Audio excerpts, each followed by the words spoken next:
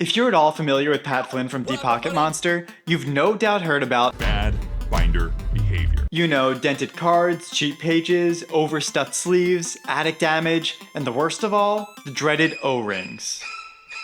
But what about the opposite? What about when your binder makes your cards shine like they've never shined before? When your friends flip through your collection and go, "Dude, this is gorgeous." Welcome to the world of binder brags. Let's first talk about the MVPs, the binders that don't just protect, they elevate. Start with a zip-up portfolio binder.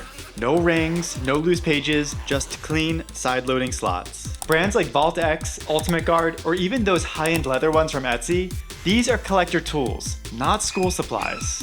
And if you're worried about cost, don't be.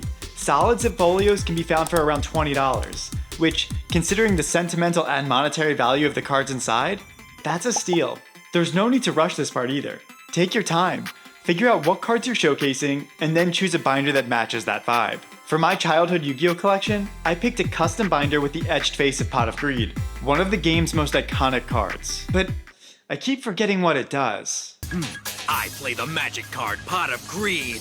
It allows me to draw 2 cards from my deck. Oh yeah, that's it. And for my Pokemon 151 Master Set, it's only fitting that the cover features the red fire-breathing lizard itself. Point is, to get the most out of your collection, you've got to put thought into every detail. That includes the very first thing people see when they reach their grubby little paws towards your life's work. I mean, cardboard collection. Because without this step, you'll never know the true joy of binder brags. Now let's talk flow. There's an art to how your collection reveals itself. Think of it like the pacing of a movie. Do you want to go by number, by set, by theme, by color? Set up a binder that tells a story. There's always the tried and true master set, aka by card number. You really can't go wrong here.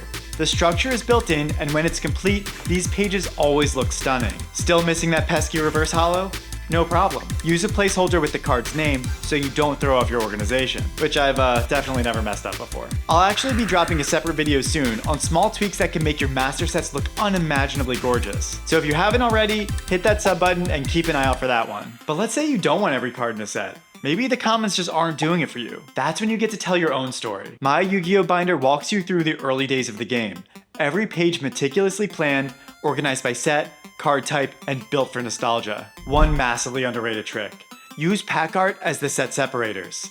Just take an empty pack, sandwich 2 cards inside, tape the top and bottom, and slide it into a sleeve. Boom, a clean, professional divider that costs you nothing. Even my Duel Masters binder has been carefully crafted. And let's be honest, no one even knows what this game is anymore. Except in Japan, it's actually still huge there. The vast majority of these cards are not expensive, but they don't have to be. Let me say that again. Your cards don't have to be expensive to be worthy of binder brags. Alright, you've got a plan. You've picked your binder, you've sorted out your cards, now don't bungle it on the final step. You've already put in all the time and effort. Now it's time to stick the landing. Look, I know a ton of YouTubers will swear by the penny sleeve. They're the ultimate tool, great for organizing, storing, protecting, probably even good enough for finding your lost keys. But this time, penny sleeves are not the answer. Okay, sure, they're better than just jamming your cards in raw, but so is just about everything else. You don't need me to tell you that, you already know about bad binder behavior. But what we're doing, it's about going one step further. Because if you really want to wow your friends, your family, or your future self when you flip through your collection in 10 years, you've got to sleeve up right. That means being intentional about the type, quality, clarity, color, and overall vibe of your sleeves. Step 1. Make sure you're using sleeves sized for the right TCG. Pokemon and Magic use standard size, while Yu-Gi-Oh needs Japanese size. Mix those up and your cards will swim around like a goldfish in a bathtub. Step 2. Check the finish. You want clear sleeves, not frosted, not matte. Those are great for gameplay, but terrible for display. Step 3. Pick your colors with intent.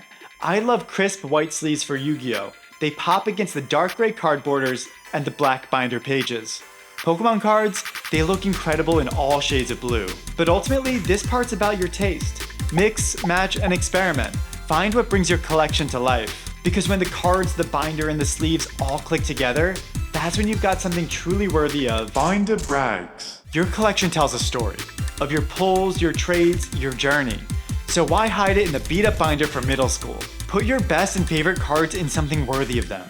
Make your setup a place where people pause and say, "Whoa, dude." Because yes, bad binder behavior can ruin your collection, but binder brags, they can make it unforgettable. Alright YouTube gods, what should the viewers see next?